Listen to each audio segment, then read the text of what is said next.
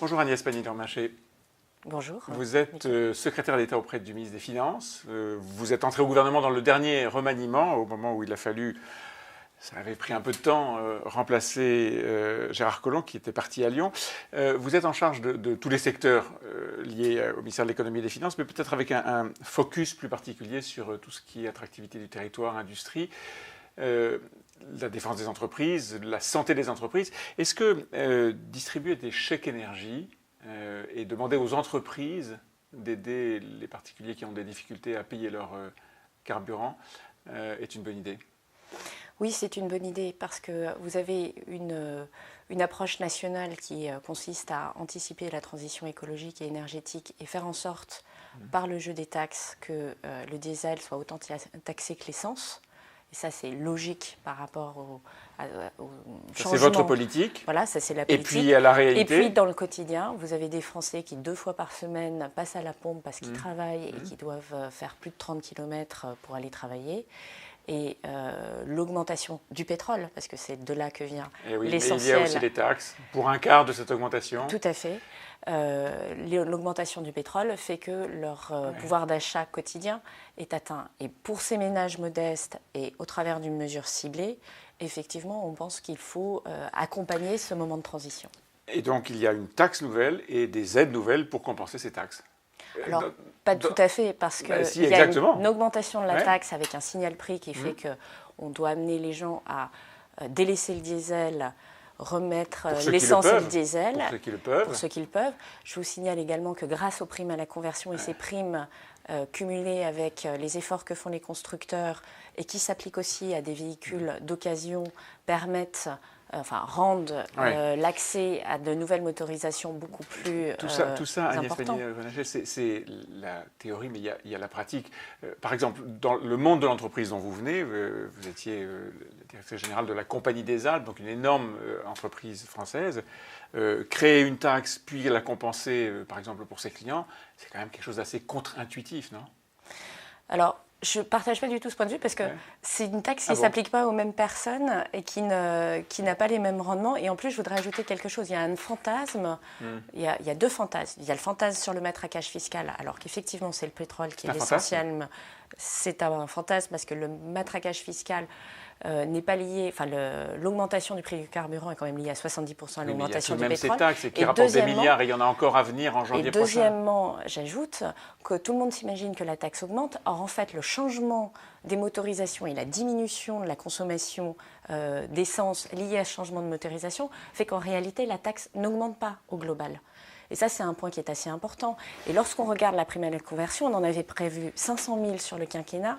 On aura terminé ces 500 000 dès 2019. Ce qui veut bien dire qu'il y a une appétence dans le public pour aller chercher, changer de conversion, que les gens ont compris. Donc il ne faut pas changer. Donc il faut continuer à accompagner la transition écologique et énergétique, continuer à sortir progressivement du diesel.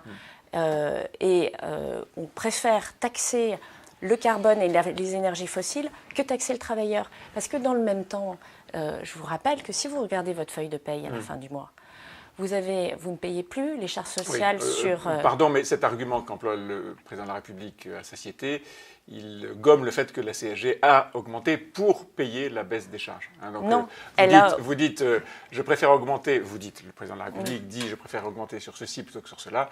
Sur cela, ça a baissé, mais il y avait la CSG auparavant. Oui, mais la CSG, elle frappait moins les travailleurs. Vous voyez bien qu'il y a un contexte fiscal qui est extrêmement complexe et on voit bien que les Français, en tout cas on le verra le 17 novembre, ne souscrivent pas aux arguments aujourd'hui développés par le gouvernement. Vous êtes très motivé par le dossier Ascoval, cette entreprise qui aujourd'hui est... c'est pas très bien entre la vie et la mort, en tout cas dans un processus de cession par Vallourec.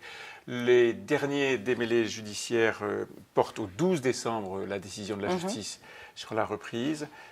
Bruno Le Maire, le ministre des Finances, a dit il y a quelques jours qu'il avait, semble-t-il, un espoir qu'une solution se dessine. Vous avez des éléments là-dessus? Oui, tout à fait. D'abord, Vallourec n'est pas dans un processus de cession parce qu'il a déjà cédé à un autre groupe, donc Ascoval est aujourd'hui une entité séparé de Vallourec, dont Vallourec est encore actionnaire, mais qu'à 40%. Deuxième élément, on a un repreneur qui s'appelle Altifort, qui est en train de travailler sur le dossier. Et qu'est-ce qu'on se constate? Qui jusqu'à présent n'a pas été convaincant. Qui jusqu'à présent n'a pas l'ensemble des éléments du dossier. Donc vous avez 3 sujets. Il y a, est-ce que le projet industriel tient la route au sens où est-ce que l'acierie est compétitive sur les aciers spéciaux, et sur ce sujet-là, on a une réponse positive. C'est-à-dire que sur les aciers spéciaux, elle est une des aciéries très compétitives de la France. Donc l'usine est en état de les de compétences, faire le tout y est. Okay, Deuxième élément, c'est y a-t-il des clients et y en a-t-il suffisamment? Parce que cette aciérie n'a pas d'aval, ce qui n'est pas le cas normalement des aciéries. Et la réponse, on est en train de faire le tour du marché pour consolider cette base de clients avec 2 questions. Aujourd'hui, il est probable qu'elle peut arriver à avoir des clients. Est-ce que demain, s'il y a un retournement de cycle, c'est-à-dire qu'elle ne les a pas, mais qu'elle peut les avoir? Ça ne sera pas la première touchée. Troisième élément, il faut un plan de financement. On estime aujourd'hui le plan de financement entre 150 et 180 millions d'euros. Et c'est cela qui manque pour l'instant. Et celui-là, pour l'obtenir, il faut avoir un dossier industriel et client qui soit solide. Donc on prend les points les uns derrière les autres, sachant que sur la partie financement, le gros du financement, c'est l'acquisition d'un investissement d'un train à fil pour grosso modo 90 millions d'euros. On ne va pas rentrer dans les détails, mais ça veut dire qu'il y a un actif qu'on peut financer avec un certain mode de financement. Donc ce n'est pas juste 180 millions ou 150 millions d'euros qu'on met dans la nature. Factuellement, est-ce qu'aujourd'hui, vous pouvez dire que dans un mois à peu près, Ascoval a plus de chances d'être sauvé qu'il y a un mois? Alors, je peux vous dire aujourd'hui qu'elle a plus de chances d'être sauvée qu'il y a un mois parce que le plan industriel, on l'a conforté et notamment, on est sorti du plan initial qui visait à maintenir des livraisons à Vallourec sur des aciers simples, ce qui en réalité ne permettait pas à Ascoval de gagner de l'argent et faisait perdre de l'argent à Vallourec. En revanche, je n'ai pas tous les clients et je n'ai pas encore le plan de financement. Donc Ascoval, à date, n'est pas sauvé. Donc Ascoval, à date, on travaille, on est déterminé pour le sauver. Mais n'est pas sauvé. Mais sinon, on l'aurait annoncé. Et c'est pour ça que le tribunal nous a donné 3 semaines supplémentaires pour avancer. On continue à travailler. La croissance allemande a été hier revue très fortement à la baisse pour cette année 2018. On est passé d'une prévision de 2,3% de croissance à 1,6%, peut-être même 1,5% seulement. Dans le même temps, la France maintient ses prévisions en l'état, 1,7% de croissance.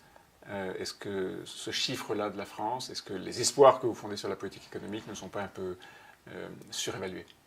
Non, parce qu'on a eu le chiffre du 3e trimestre qui est complètement cohérent avec ce chiffre-là. Le deuxième avait été mauvais. Le deuxième avait été un petit peu en recul par rapport à nos attentes.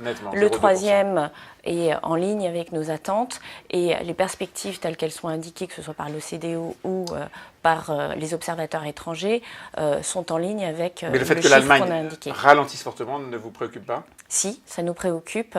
Le bon fonctionnement de l'Allemagne est très important compte tenu des liens économiques qu'on a avec ce pays. En même temps, en France, on est en train de prendre des mesures structurelles pour améliorer la croissance et donc on estime qu'on est capable de le faire. Encore un mot sur le budget, ou plutôt le budget rectificatif. Il y a tous les ans, en fin d'année, une loi qui boucle le budget et qui essaye de donner de la cohérence à la loi de finances. Et ce projet de loi a été présenté hier. Et qu'est-ce qu'on voit? Que le déficit de la France passe de 60 en gros à 80 milliards d'euros. Mauvaise nouvelle. Alors, mauvaise nouvelle, mais vous avez dans ce budget des éléments qui sont techniques. On ne va pas rentrer dans la technique. Mauvaise nouvelle, en tout cas l'affichage, monter le déficit de 60 à 80 milliards.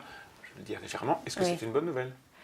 Ce n'est pas une bonne nouvelle de monter le déficit public, mais lorsque vous avez un affichage public qui fait qu'en fait, par des raisons de transfert, vous avez une augmentation qui est ponctuelle et qui ne correspond pas à la réalité, je dirais, économique, je pense qu'il faut faire le départ entre ce qui relève justement de la technique et qui n'est pas économique et ce qui relève de la réalité économique sur lequel on est très clair. On a une trajectoire de finances publiques avec une baisse une baisse des prélèvements obligatoires, une baisse de la dette publique, une baisse du déficit. Et sur cette trajectoire, on est très clairement... Aucune de ces 3 cases n'est cochée, comme on dit. Ah, je ne peux pas vous suivre sur ça.